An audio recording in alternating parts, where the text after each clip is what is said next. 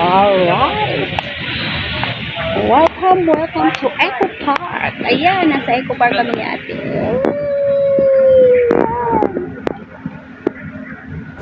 Ayan, ito po ang gate ng Eco Park. Ayan, mas maraming puno rito. Ay, mga unggoy dyan, mga wild animals. Tara, dito tayo. Ang ganda dito, grabe. Ang lamig.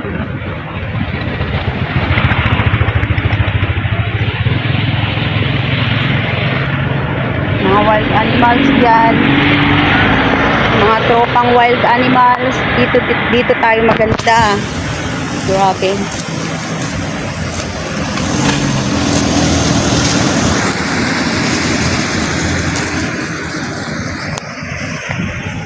Ang ganda rito.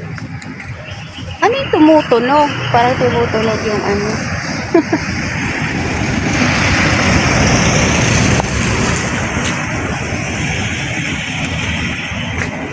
Maglalakad kami ni ate hanggang sa taas.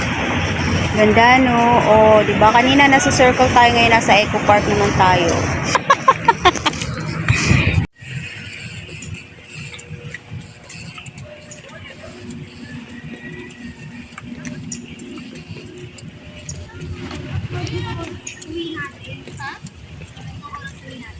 May 545 lang sa hapon. 545 ba? Para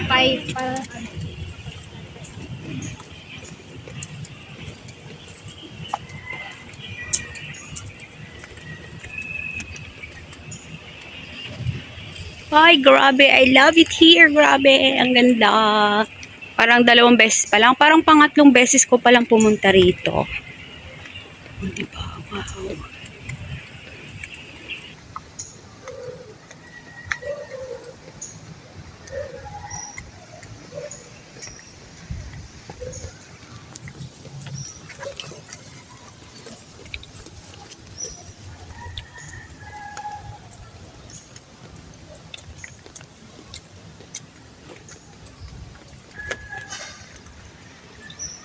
Yes!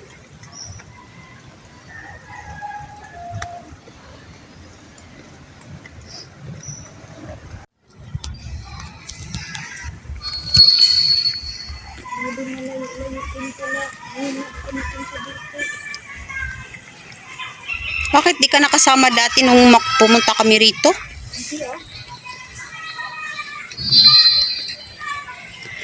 Pumunta na kami rito dati. Ah, sila ni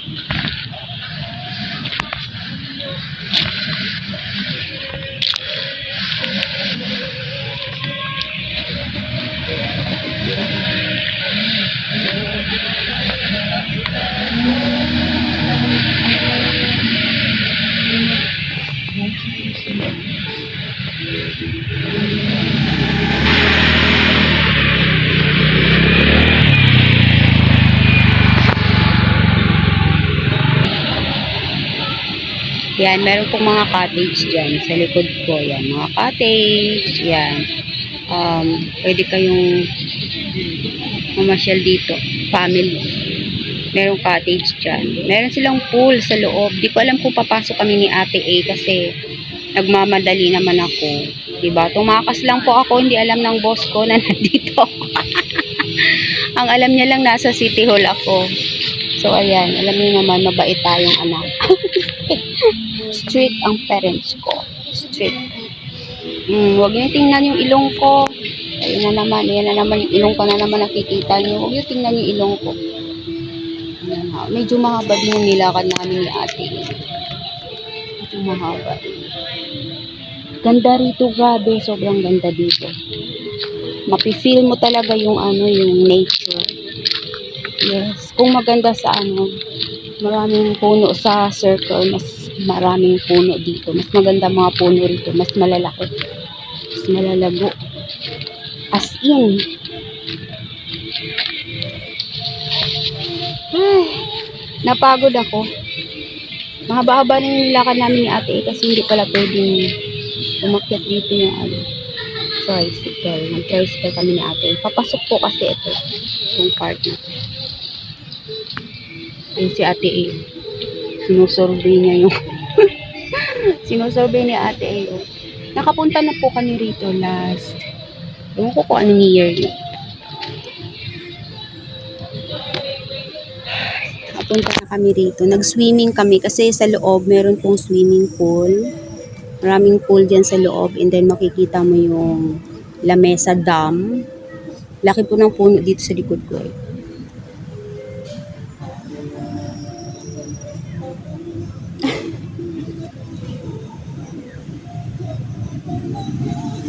Sarap tumambay dito.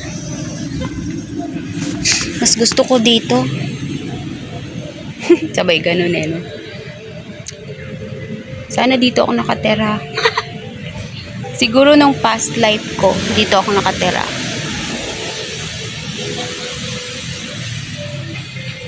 Alam nyo na, kung saan yung maraming puno, doon yung past life ko.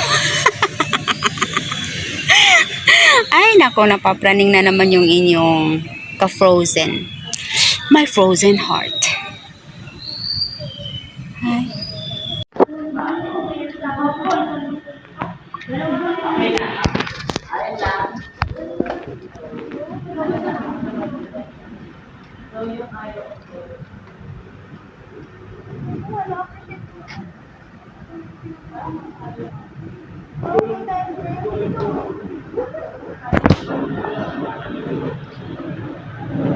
Ito yung part ng La Mesa Dam. Isa sa mga gate ng La Mesa Dam.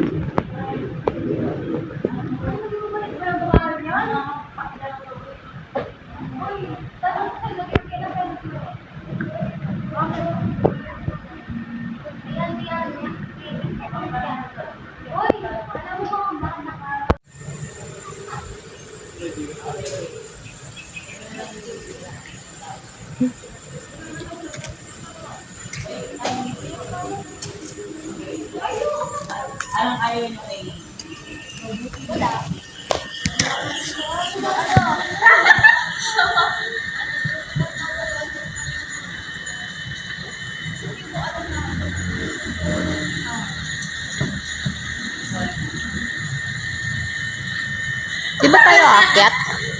Di tayo aakyat? Doon sa loob.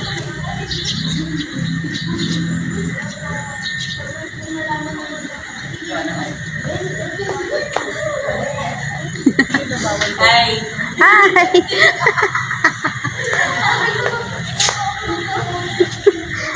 Hindi, magbabayad ka kung gusto mong pumasok doon. O, di ba? Ang babait ng mga batang ito, o, nag-aaral daw sila.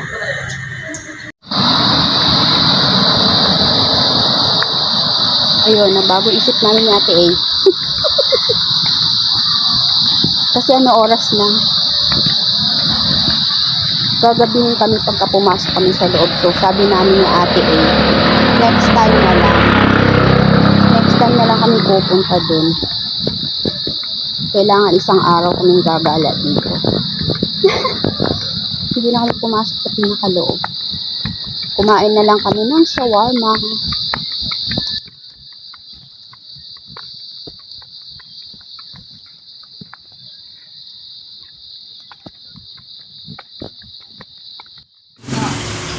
So, ayun na nga, kung kanina, ang haba ng nilakad namin paakyat. Ang haba ulit ng lalakarin namin ni Ate ay pababa.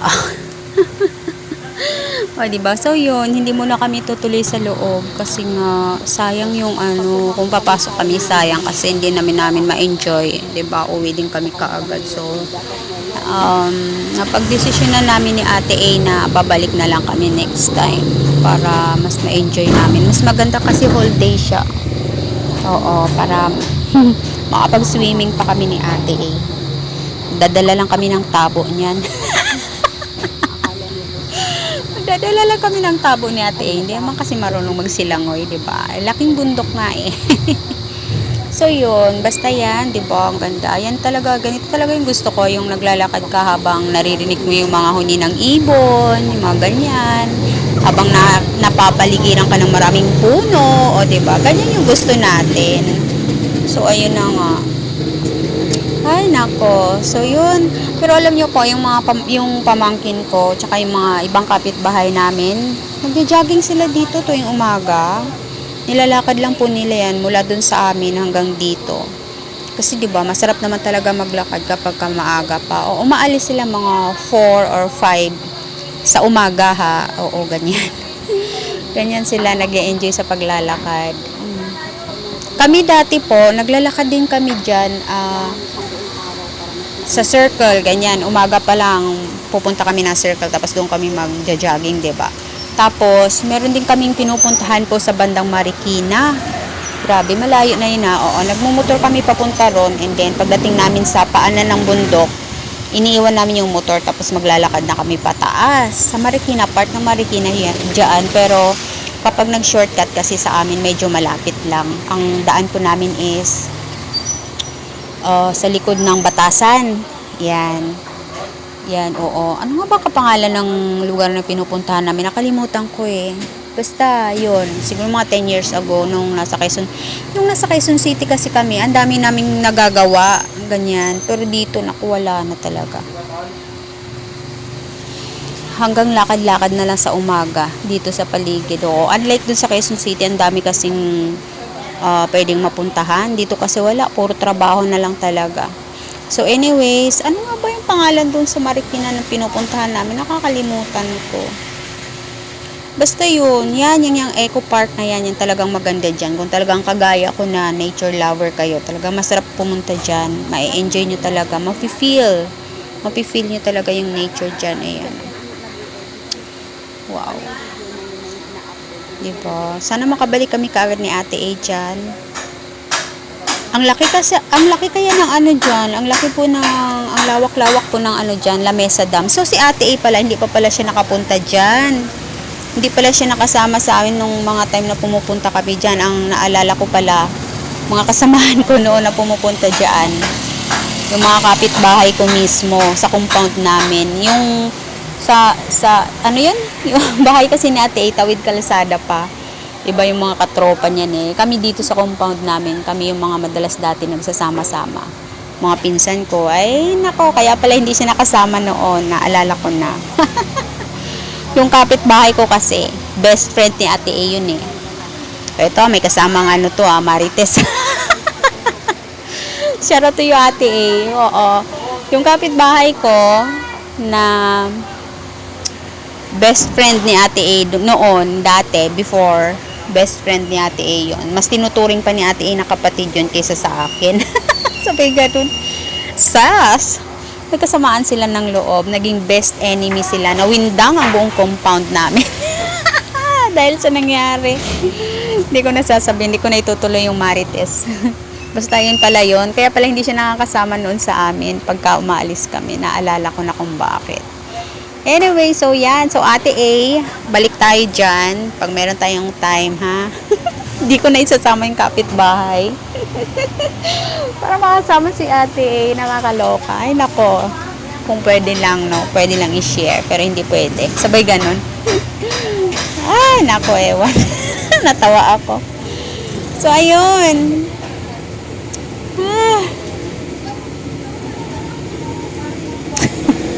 Bakit ba naalala ko yun? Naalala ko lang kasi sabi ni Ate pala hindi siya nakasama dyan eh. Nagtaka ako, bakit di siya nakasama? 2 beses na ako pumunta dyan. So yun, naalala ko pala kung bakit di siya nakasama. Anyway, anyhow, Ate A. Ay, nako.